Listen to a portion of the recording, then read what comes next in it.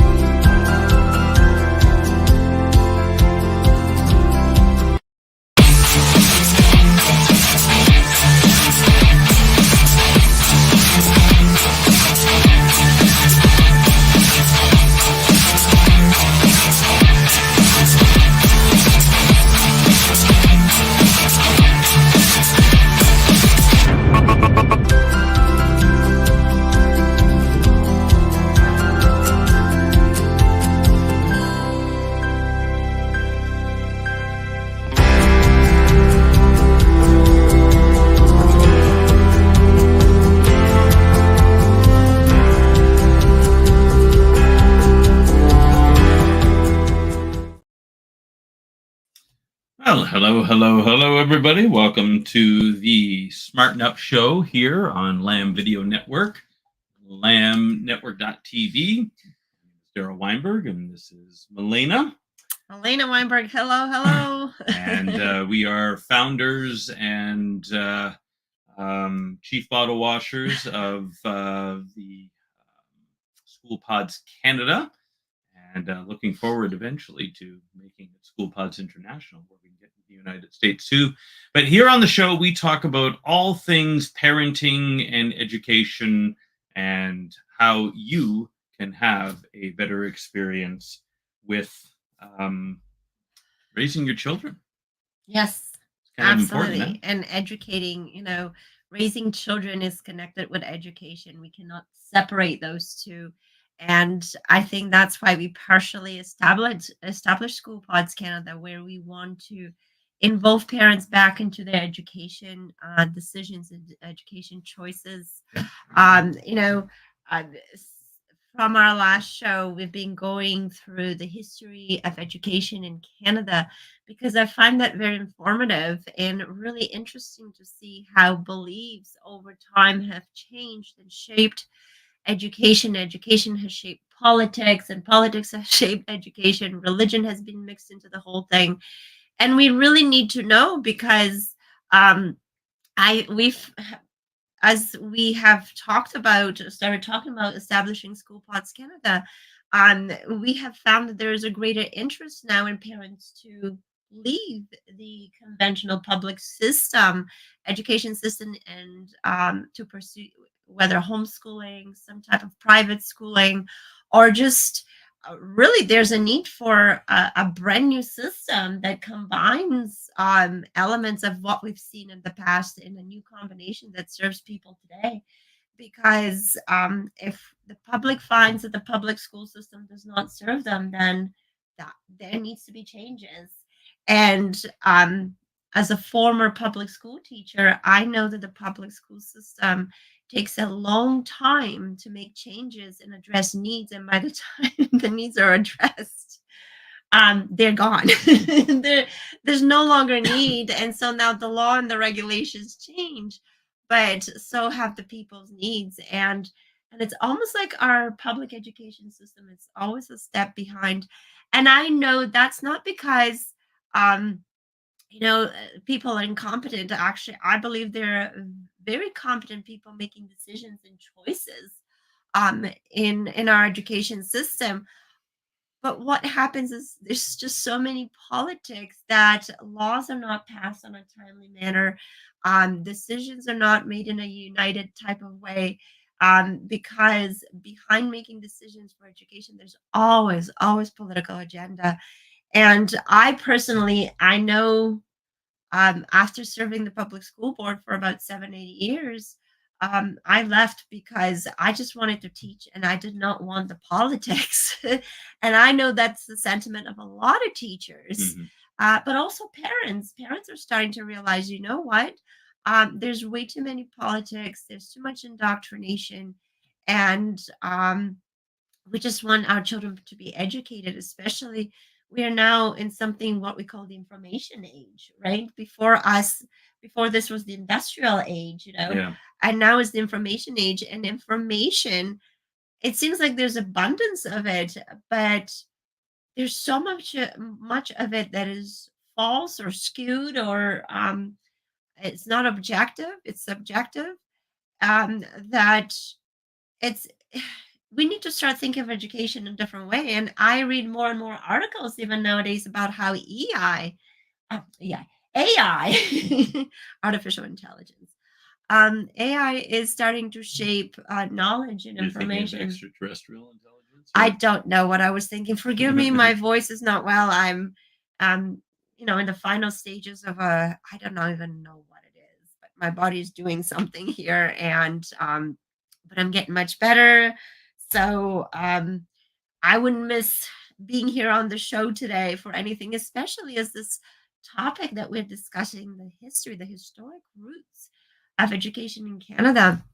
And really, the reason I'm examining this because it's kind of a rhetorical question, but perhaps it's time for another change. And I think everybody would agree there's time for change. But when we are informed of the past, then we'll be discerning of what type of change is needed. Because change for the sake of change is, I would say, it's useless. Because there have been, and for my like relatively short period of time in a public school system, and well, as a teacher, but then I was a student before that, and I've seen changes being made over the years. And what I'm realizing, we're making a circular change thing. We are considering changes in school progressive, but really, there's a circle. I mean, right now in Ontario schools, we're bringing back cursive writing. Mhm. We're bringing back, the emphasis on the 3 R's, and reading, writing, and arithmetic, and financial literacy and things like that. So, things that were adamantly rejected and opposed and poo-pooed, Mhm. for lack of a better word, in the past, now being brought back because, oh well, we've realized that there's actually benefit to those, um, and so we have to make sure that we make informed decisions, not decisions based on ideology necessarily. I mean, that plays role because you need to reflect the community that is being educated in the system. Yeah. But at the same time, um, with so much knowledge now in science, psychology, studies that have been done, it seems like that knowledge is not being used in decisions, and politics win in the end, and finances. Mhm. Finances. So I just wanted to kind of pick it up where we left it last time. So we've talked about the fact that Canada, it's at the beginning was really a bunch of British and French explorers, some Spanish, but mostly British and French who were coming. Yeah, the Spanish didn't like the cold up here. No, so they went down the southern state area.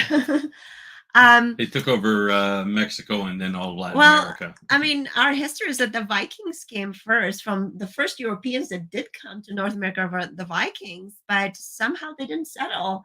It wasn't until the Europeans came that they started figuring out how to survive winters in Canada. But the thing is, yeah, so the French were the first who were actually focused on settlement. The British were here mostly for economical reasons, to put it, um, and the only reason they started colonizing the land of Canada, because if you own the land, then you can use its resources, So first establishments here in North America were really French. And so the first education system that was started was really French. And the Catholic Church actually had a major role to play in it. But of course, when the British realized we need to have people here to defend the land. So we started, the British started establishing cities, colonies, and so forth. And the loyalists from the American colonies came up here. So the whole dynamic changed. And so we were talking that really after the War of 1812, when the Americans thought they would free the Canadians from the British oppression, which didn't end up being at all what they thought it would be. But it was a major role. It affected Canada greatly because it was fought mostly on our territory here. I mean, you and I say that we live in the Niagara region where there's a lot of battlegrounds. This is where most of them happened. Yes, and it was kind of like along the waterways, the Niagara River, the lakes, and so forth. All that warfare took place. Um, so anyway, so any education was kind of paused for a moment, and up to that point, really, education was done at home. Homeschooling was a big thing.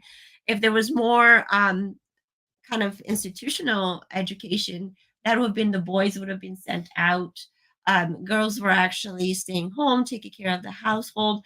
Eventually, the Catholic nuns that came in North America decided that they're going to start schools for girls. And so the involvement of the church increased in the kind of in the English speaking area. And so Canada at that point was, because there were a lot of French and English speaking, and even though the British had taken the land, there was the Quebec Act, I believe it was called, that the French were given the right to retain their religion, their language. So of course, that was good for the French people because we should respect the rights of people we live around. But then it created issues in trying to design an education system. And it's been causing issues for the last 400 years. Well, not only education system, political system. And so that's why the government had you had two referendums in Quebec. First one was in I think it was 80. And the second one was in 95 about Quebec separating from Canada. And the primary reason was over language. There are language laws in Quebec that mandate signs be, twice as big in French as they are in English. I mean, this has become a really polarizing issue. Well, I mean, and you cannot really blame the French because, the land was given to the British, to the king. And so, they have existed here. Like I said, they settled the land before the British did. So, I mean, there had to be. Yeah, but then they lost the war. So, what sucks to be you. This is what happens. Move on. Right. But you know what? The whole issue with the French language goes, far back it goes back to France. Well, there's and the reason there's battling between French and British here in North America is because really it's a reflection of what was happening in Europe. Like whenever England and France were in war, there was something going on here. And so we're not really separated, even though separate countries, we're still being affected by the politics in Europe. Oh yeah. So that's led to the establishment of Upper and Lower Canada. So Upper Canada being the British and Lower Canada being the French. And the thing is now the British, because they're ruling here, they were able to establish a good education system. We talked about Ryerson, who really was the first person to propose. I mean, he studied European school systems, but he's the first one who proposed, hey, why should the government fork all this money to the people? Why don't we tax the people to give them schools, and then we'll give them free schools? And so that's where the delusion of getting free stuff from the government came from. Oh, your kids can attend no matter what class you are, but let's tax you. And at first, it was taxation of families who no one rides for free. Taxation of families who had school-age children, but then everybody got taxed because obviously population was increasing and so forth. So we are now at let's see. And we have to qualify that if the tax had remained low and it was used for the purpose that it was designed for, we wouldn't have a problem. The problem always exists that whenever you have a bureaucracy and whenever you have taxing, both of them always increase. Yeah. And the purpose in which they're used for also increases. I mean, you have funding to the tune of, in Ontario today, $13,000 per student. You mean to tell me that every single student that goes to school needs $13,000 in funding support the system? I mean, that's I insane. I don't, yeah, like I don't even know, you know, how much of that funding, does that include anything beyond just the resources for the kids, where Well, the of course it does, teachers, because you have to fund the school boards and you have to fund the the buildings. And administration buildings, teacher salaries, I mean, and you go to the school boards and you look at the buildings that they have there. They're nice buildings. yes, yes, because at some point taxation brought more money that was needed. And then there's nothing that the government loves more than a good tax that they can play with and do what they want with, and so it'll eventually Yeah. increase. Well, what it becomes is when there's excess, the system becomes inefficient. Mhm. And that's why, like, taxation at first was not a bad idea. The people had to support the education. But the thing is, at some point, a system becomes inefficient, partially because of the delayed in decisions and problem solving and political back Well, and forths. yeah, and it comes down to the politics that, well, what are Yeah. we going to dedicate the money to? Well, a bit's got to go over here and a bit's got to, and you have corruption that has gone on all the way throughout history, that people buy off politicians and buy off Yeah. administrators and stuff like that in order to get their own agenda.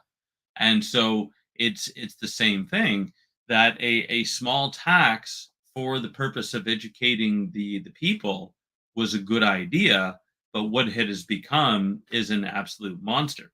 Right.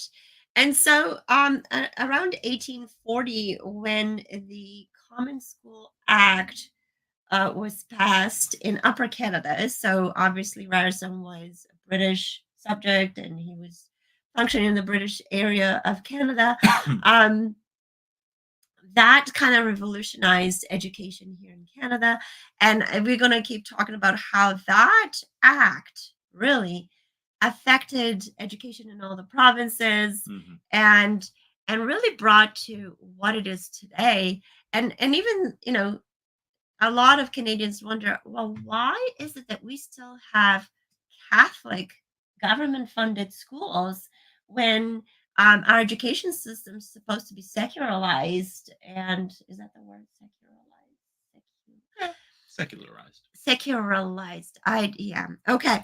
So and this is really because the Catholic Church actually represents the religion of the French, and so that's part of the French rights remaining. Well, But they're also English speaking Catholics, so that kind of played into their rights and interests as well. Catholic schools were not publicly funded until 1985, when the Premier of Ontario at the time, William Davis, as he was leaving office, this was kind of his gift to the Catholic Church. And there was, I think it was John Tory, who was the former mayor of Toronto. When he was running for the provincial Conservative Party, he said, well, let's fund all schools. Oh gosh. And you know what? Politicians see stuff like that when they're trying to get votes. Well, Right? but What is the practical? but that's what ended up losing him the election, Yeah. because then the Liberals came in and said, "Oh, it's going to cause this and that and the other thing." And I mean, it was total nonsense. Yeah. It wasn't a very well thought out policy. But what he was essentially saying was that it should either be all or Or nothing. nothing. Yeah. I mean, either everyone gets funded or nobody gets funded, which is absolutely true. Why should the Catholic schools get a Well, special let's deal? get to more of this article here because it is interesting what's been happening.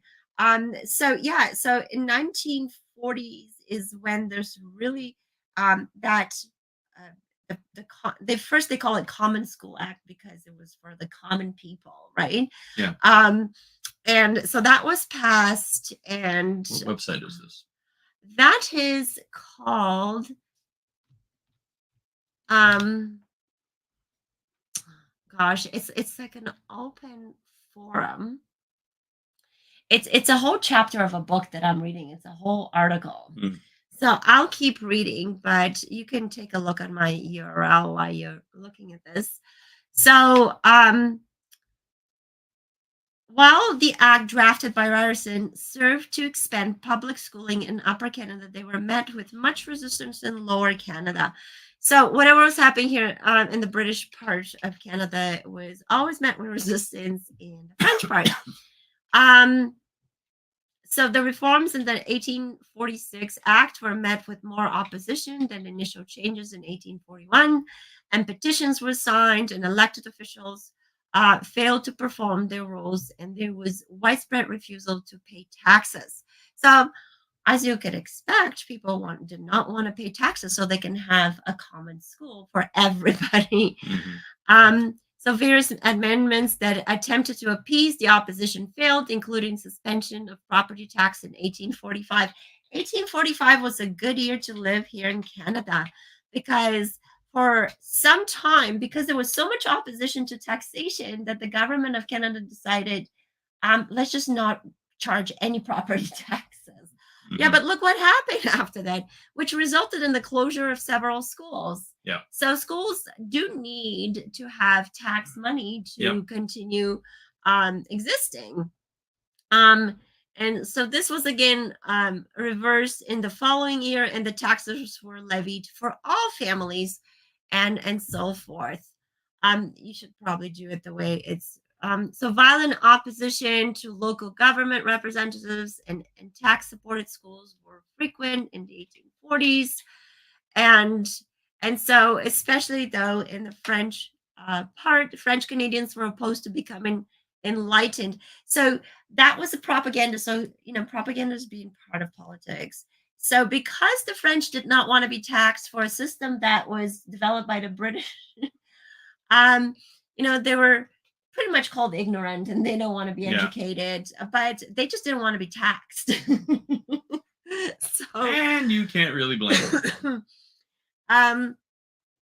So anyways, Upper Canadians had imposed new political structures, forced taxation from, and the big idea, the big problem was because the system was forced from Upper Canada to Lower Canada from unelected officials who were trying to oust the clergy from key roles in schools. So because in French Canada, the Catholic Church had a major role.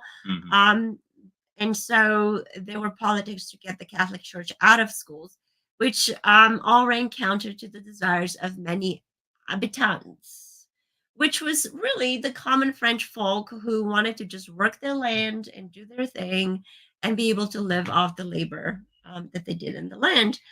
And so at that point, a French counterpart to Ryerson came into the scene, Jean-Baptiste Meyer. And after the rebellion in 1837, so that was French rebellion, Meyer served in a variety of political roles and had keen interest in matters related to education in Lower Canada. So out comes a hero that's going to help the people in Lower Canada to have education system that's going to serve them. And so he was superintendent of Lower Canada for 13 years, and he was opposed to forced taxation due to the poverty experienced by the rural inhabitants. So I'm at the point now, if you scroll down to Upper Canada in 1850. So after the act was passed in 1840, and about 10 years of battling things out, keep going, 1850.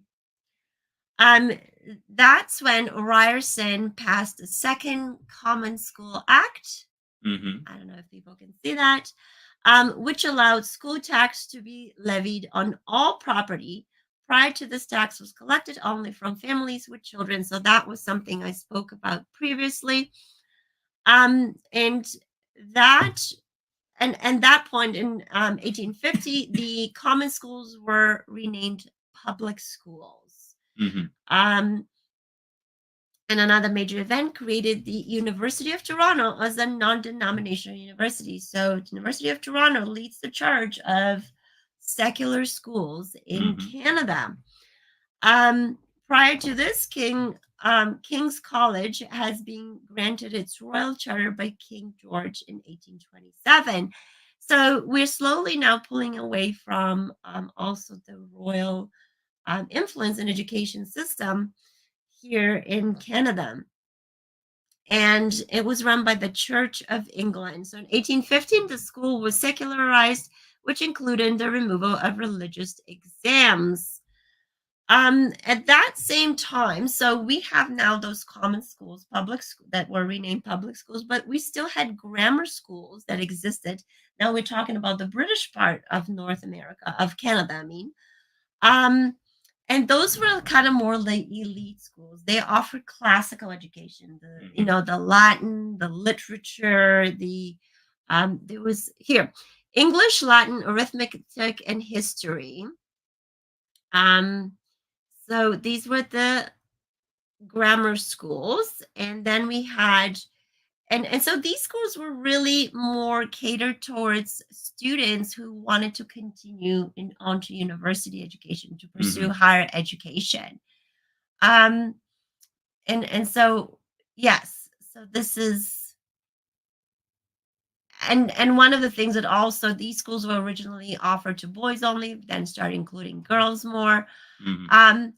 And for people who were not pursuing university education, they were considered more of finishing schools Mhm. because, having British society here, we wanted to maintain our manners and proper social etiquette. Boy, we need to bring those back.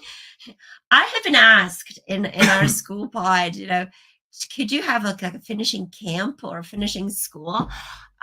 You know, again, that's not a bad thing for to circle back around something we fought against. Not everything we've gotten rid of was bad.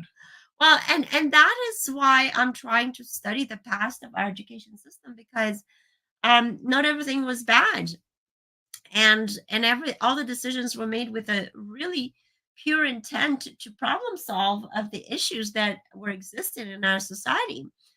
Um, so the grammar schools also receive governmental funding, although the fees associated with grammar schools compared to common schools have been notably higher. So you have to note that there was government funding, but there were still fees associated with those schools. So the parents not only were taxed, but they also had to pay on top. Just speaking to parents nowadays who want to have a reform in education, that's just something we have to do in order for us to provide education for our children that we need or we want. And there also were, so in the mid 1850s, separate schools, which were called the Catholic, also gained status as permanent school boards in Upper Canada. So even in the English-speaking part of Canada, Catholic schools gained status just because there were some royal subjects who were Catholic, and so they wanted. So what happened in the Lower Canada after 1850s? So that's our next section. School inspectors, although discussed extensively in the many acts, were not established in Lower Canada in 1852. So the schools were not quite as regulated until after 1850. And so Meilleur, this is the French superintendent who changed education in Lower Canada. He regarded centralized school inspection as a major step to creating a sound education system. So in Lower Canada, French-speaking part of Canada, education was not going so well. And there were statistics that only probably 50% of the children were really attending schools. And so Meilleur wanted to, I'm not pronouncing it that, like it's better. It means better in French. Meilleur. Meyer. See, you need to provide pronunciation for me. So what he suggested that they appoint a special committee to examine education in Lower Canada, um, and it revealed that much of the there was much wanted in the education system in French Canada, and I Much think wanted or much wanting? much wanting, not wanted, wanting. And I think the high standard in the English-speaking part of Canada, in Upper Canada, it kind of drove the French to say, we probably need better education. We need to have something that serves our community better. So it was a good friendly competition. Um, so a new act was proposed in Lower Canada outlining various suggestions for improvements. The reforms he recommended were not particularly innovative. So it wasn't something new that was being introduced. It was more of, we need to address issues. So the concerns outlined in the report were more readily addressed by politicians in the successive years. So I guess the French Canadians wanted to strengthen their community, society, and so politicians took on the role of making those changes. And so what happened is the teachers' colleges were established in Lower Canada. Academic journals were also established just to kind of keep everybody up to date, how the education, what happens in education. And so, but there were also Protestants that were minority now in the French part of Canada, and their concerns needed to be addressed. And so they were dealt with in a new administration body called the Council of Public Instruction. So in other words, the Protestants were called the public school and the Catholics were the Catholic schools. And that's kind of it because there was such mixing within Canada. It really, even though there were different needs, at some point education is very similar now in all our provinces because we have similar I guess population mixes and needs. And so after the 1850s, the Canadian Confederation happened in 1867. And so now we have Ontario and Quebec, which are our biggest provinces. Nova Scotia and New Brunswick became, so we had only 4 provinces that became part of that confederation. And so the British North American Act became a constitution for the new country and contained an important section pertaining to matters of education. At that point, now the British government decided not to be as closely involved in education, and each province was given the responsibility and the right to make decisions about how education is going to take place in each province. I tried to read all these postulates of the act, and my head scrambled, but so I'm summarizing it for everybody. So, of course, the province, if there were disputes within the provinces that could not be resolved, then the matter would be taken to the federal government. And of course, and it would be decided this way. But that's only in kind of like the last resort. Decisions were to be made in each province. So, I mean, this is, and there's certainly a lot of, different movements of, legislation and stuff like that. But, I think the question that we really need to be asking at this point, so how has all of this brought us to where we are? And what is it that our objective should be going forward? I mean, we, like you said, we keep having these different cycles where you'll have something and the focus was on this, and then someone will get some sort of brilliant idea in administration somewhere, and then we have a policy change, and now we're going to move to standardized testing, and now we're going to move all this other stuff. Yeah, and I just wanted to mention though, after we have the confederation though, the public school education was offered to everyone, but then there was an amendment that was passed that it became compulsory. Hmm. So it's no longer the parents could probably teach their kids, or can send their kids to school. Right. And now it's compulsory. So and I think this is now homeschoolers call us all the time. It's like, they know it's legal to homeschool their kids, but they're like, why am I doing it right? And what do I have to tell the government? Am I And going to get in trouble? and am I going to do it all wrong? Are they going to punish me if I don't do it right? And so just because education has become compulsory doesn't mean that the parents have lost their ability to teach their children over those years. That is just something, um, and I think that is going to be enforced now in Canada because post COVID, we've had a lot of parents become disillusioned in our education Hmm. system, partially because of the medical stuff that was being forced in schools, partially because of some of the ideology that was pushed very strongly after COVID. I don't know why that happened, but it did. And I mean, it's been building up for many, many Oh, years. yeah. And so parents started seeing that there were just so many things were pushed that they weren't necessarily agreeing with. And so parents have started exploring alternative education. And we hear on a daily basis, and I've spoken in the past shows that I have friends who work for different public school boards, but Toronto District School Board, which is probably the biggest school board in entire Canada, Oh, easily. um, um, it's it's in trouble. There are no teachers who want to go Listen, because, all of Toronto is in trouble no matter where well, you but look. what happened is, okay, so parents are pulling the kids, but what do you think? There are teachers also who are having to work on the system where they're all of a sudden having to implement things that even they're not sure whether they agree with, right?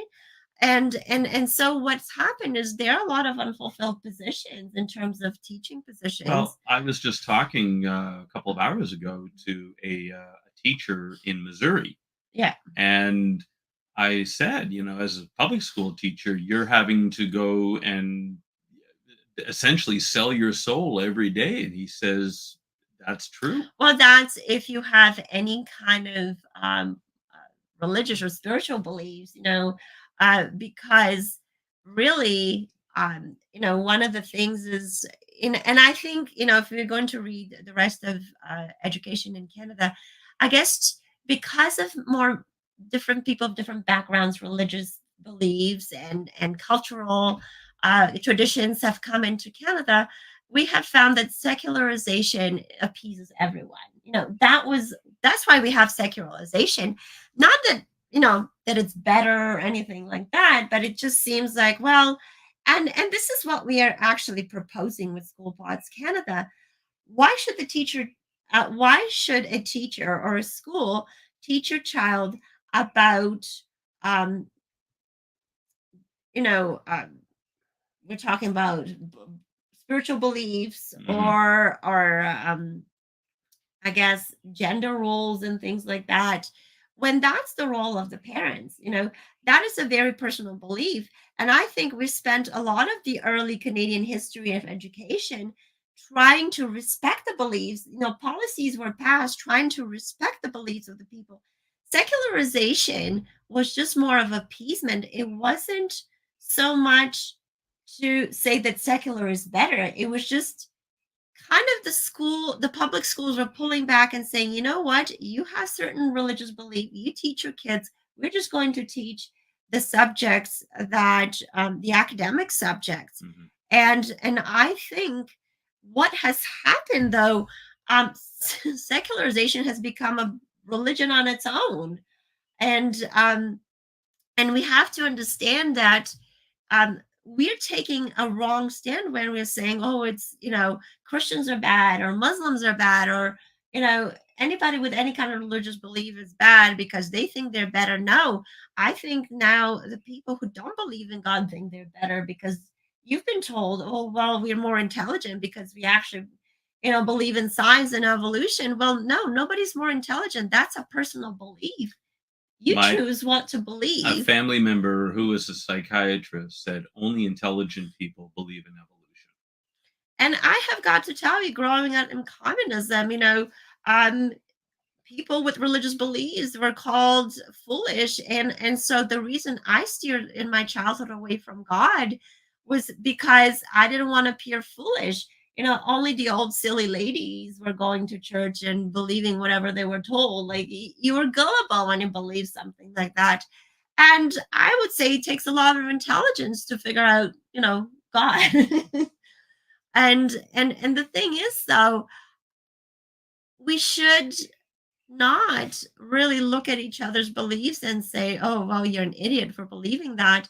That's your belief, and we should be able to present evidence for our beliefs. Yeah, and I remember at a Passover Seder.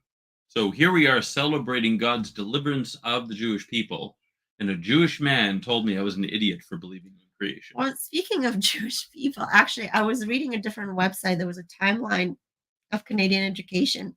And you see, throughout the history, the Canadian education history, you're seeing this Protestant versus Catholic thing, and then the Jewish people came in North America, and they're like, "Well, where do we put them?" Hey, what about us? and Hello. and so in order for like Jewish, and we know the Jewish community values education, so they wanted to be part of schools, but then they're like, well, what do we do? Because we don't have that in our legislation, about. Mhm.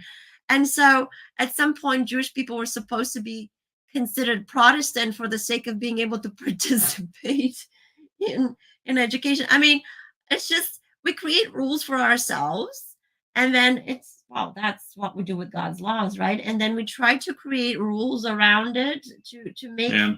make things fit into the rules we created for ourselves rather than change our rules. And so that's, it's very, very interesting. So um Jewish families throughout history, or Canadian history, have had to fight for their right to be part of public education and Mhm. so forth. Um, and so it's really interesting because I think, and it's interesting because you would think Jewish people would have created their own kind of, and there are some private schools that are very prosperous, but for the majority of Jewish population, they want to be part of, incorporate into society. Well, you have to understand that coming over to North America, the Jewish people were offered a unique opportunity that they'd never had throughout history, which was to assimilate. Mhm. All throughout the wanderings of Europe and Asia and wherever they ended up, and even in Africa in some places, that they were a separate and distinct society. And at some point in time, anti Semitism would rise up within that culture, and inevitably they would end up getting kicked out. It happened with every country in Yeah, Europe. You've had pogroms, you've had the right. Spanish Inquisition, you've had all this. So coming over to North America, the ideal of North America was that everybody comes over equal. It doesn't matter what you believe, it doesn't matter the color of your skin, Yeah. doesn't matter what language you speak. If you're willing to work hard, and this was the American dream, the pursuit of life, liberty, and the pursuit of happiness. Yeah. And so Jewish people really sensed a unique opportunity that we can come over, we can work hard, and we're not going to be persecuted on account of our Just be religion. like everybody else. Just Just be like everybody mind our own else. business. And this is what Jewish people wanted, especially after the Holocaust, Yeah. when you had extermination camps set up all over Europe on to just get rid of people because of their religion and their racial identity. It wasn't so much what they believed; it's who they were. It didn't matter what you could be Jewish atheist, and you still got sent to the camps. Mm. So, you know, um, for Jewish people, the idea that we can assimilate into the public school system, we'll keep our values at home. Yeah. We'll teach our kids at the synagogue. And I think that's the right thing to do. I mean, public Yes. education systems for everyone. Let's find what's in common and study that in our common institution. Yeah. And whatever we have different, let's learn that in our separate institutions. But because of, and from our view, from a spiritual point of view, because the tolerance of sin and secularization, things like first of all, taking prayer out of school, and then you have the introduction to abortion, and then you have the whole sexuality thing, and all that being brought in. What that has done is that has degraded society, has degraded education, and has allowed people to come in and take control who don't have the best interest of everybody at heart.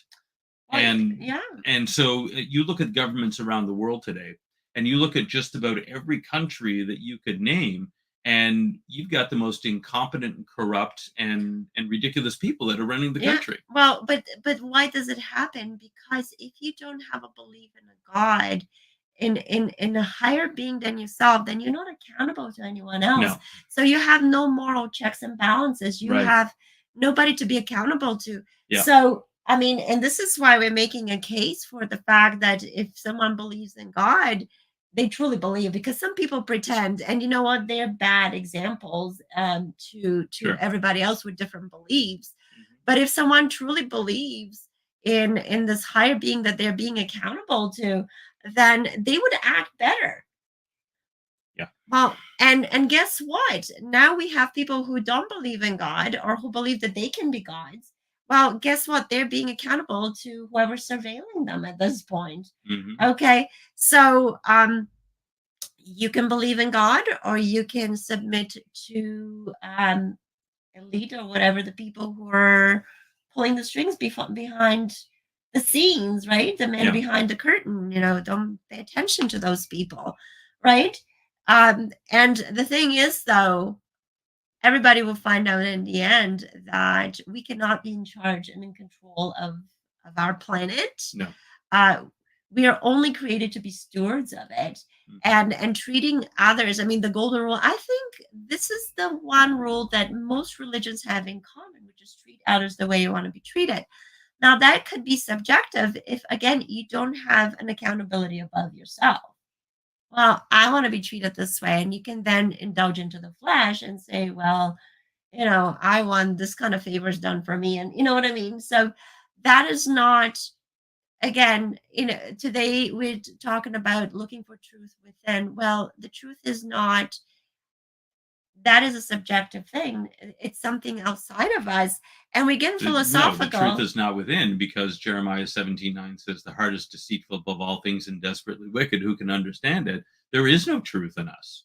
Truth comes from outside. Truth is an external thing. Truth is an absolute. This whole idea, well, it's your truth, my truth. We don't have our own, truths. That's not truths. What those are is feelings Well, and the and thing beliefs is, and yeah, attitudes. and truth is absolute, but we have to take our beliefs beyond what's in our mind. Our belief, and we've talked about this in the past when we talked about the mind and so forth. Yeah. Then how we act, how do our actions affect others? That is the true judgment in our character and our beliefs. Mhm. Because you can say, politicians say all kinds of virtuous things, right? And they make all kinds of promises. Oh my goodness. But then we watch the acts, and so um, then we don't believe that. Oh, what happened to us? There we are. Hello. And then we realize that they didn't truly believe. So we're talking about true belief here, the conviction that you can actually stand behind. And this is why I believe, from the past of Canadian education history, people, a community, should be able to open their own school and teach their children in the cultural and spiritual aspect, as long as that's not harming everybody around them. Because you know um I am seeing now, after school club, Satan, what is it, Satan after school club, Hmm. or you know I'm sorry, but if you read the Bible, because that's where Satan is described, that's the source of where he comes from. He's not just a fictional literary Character. character. He's actually someone who is a created being, and his whole thing was to rebel against God, He's rather malevolent.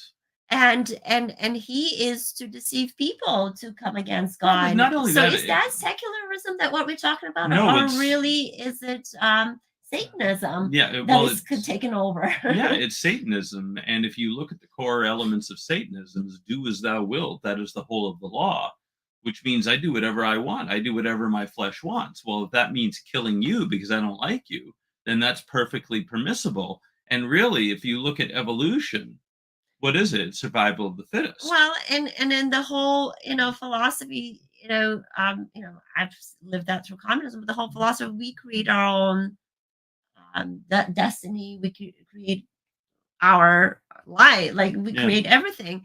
And you know what? We have a part to play in it, no but question. we don't create it all. We are not in control of it all. No, hyper Calvinism says you don't have to get out of bed because everything's already predetermined. Well, but not only that. I mean, I'm talking about philosophies where like you're the source of all answers and all truth and all that. Well, we're not. Yeah, We're not. And we have to, and so we have to understand that with our education system, we need to look for something that we have in common. And if a group of people have something that makes them distinct, they should be able to practice and teach your children about that while still trying to find what they have in common with the other communities that don't have everything in common with them. And so this is why we're trying to create school pods, because yes, the parents will come together and say we want our children to be taught the academics, but yeah. we don't want them to be taught that Satan's okay, and Or and that that you rebellion's can, okay. or that you can change your gender or something like that. I mean, that's not truth. That's denial of reality. It I'm is. sorry. Because if science says that we are to discern reality through our five senses, the things we can see, touch, feel, and Mhm. so forth, um, then if you see a child being born with certain genitalia, then that should be your scientific evidence that that child is of that And gender. it doesn't matter what you feel. And are there some genetic mutations that happen? Yes, but they're so rare that we are not to make them the norm. We are to study them as genetic mutation and study what causes that and try to avoid that. Yeah. So, really, all these years, religious people have been painted as uneducated, people who don't want to be enlightened, Oh yeah. and they're non-progressive and so forth. But really, what they're trying to create is a society that's lasting and is not going to fail over time. Mhm. Now, I'm not saying that every institution should be a religious institution. Not at all, because I do believe that learning the physical world is very important. Mhm. Fact-based, scientific, and then we need to empower parents to teach at home or have. I think churches really should be starting their own schools, Yeah. if because that's where you have a community. But even within churches, people um can agree. And so I would say we need to really examine the division that's being created within us. As we've been speaking about the history of Canadian education, we've been trying to appease this part and that part, but really it should be a focus on what do we have in common? How do we teach? Now, it is true that at the beginning, our public education system wanted to Anglicize the French, Mhm. take away their Catholic beliefs, and make them just, we have to make sure that our education system doesn't make everybody like us Right. at the same time as well. Only find what we have in common. We take these concepts that are good and then we go too far and we mess them up. So that's why we know why we're not in control of humankind and of our planet, because Not at all. human beings tend to mess it up, but there's hope because there's goodness in everyone.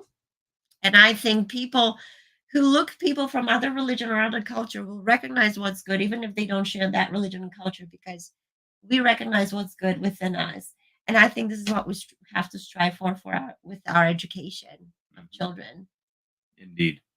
And so, as we wrap up the second segment on the history of public education here in Canada and Ontario, the emphasis is that although you can have things with good intent, such as general taxation to support a public school system, when it no longer meets the needs of the people that it's trying to serve, it's time to change that policy. And Yeah. so, as we're trying to bring back the idea of school pods, really it's taking back control of education for your children and you getting a say in what your Yeah. children are learning, as opposed to someone who doesn't have your best interests at heart.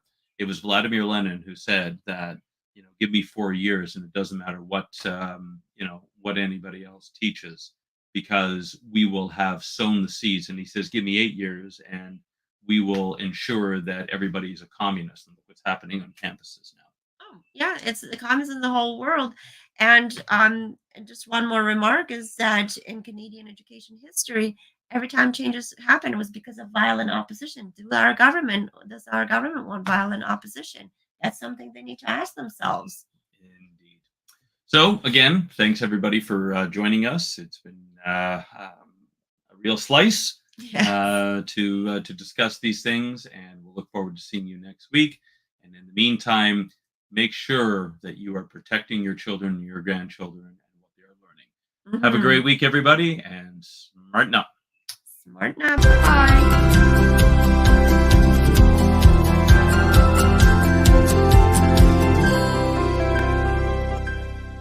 If you missed today's show or want to watch it again, or want to tell someone where they can watch this episode, go to lamnetwork.tv, where you can find this show and all the other live Lamb Show archives in the on-demand section of the website.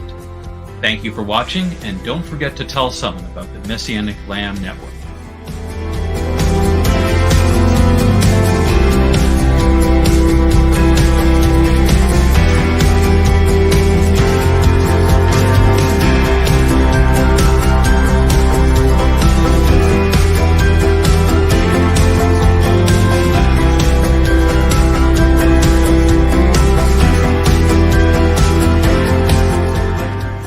We are richly blessed to bring you what we believe is the fullest, most diverse, yet up-to-date progressive teachings, discussions, and prayer programming you can find anywhere on this planet. Be sure to take a tour of the lamnetwork.tv website. I'm Darryl Weinberg, thanking you for joining us on the Messianic Lamb Video Network.